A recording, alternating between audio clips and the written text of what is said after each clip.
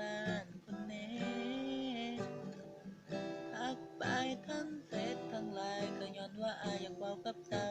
คนดีแต่ก็ยังบ่มีท่าทีที่เจ้าสิตอบกลับมาคันแชทสิชมพูเขาบ่สนใจ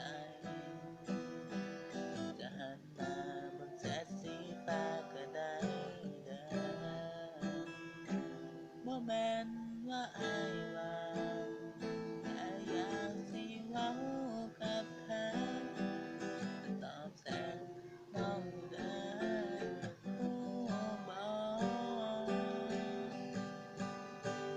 รำคาญก็บ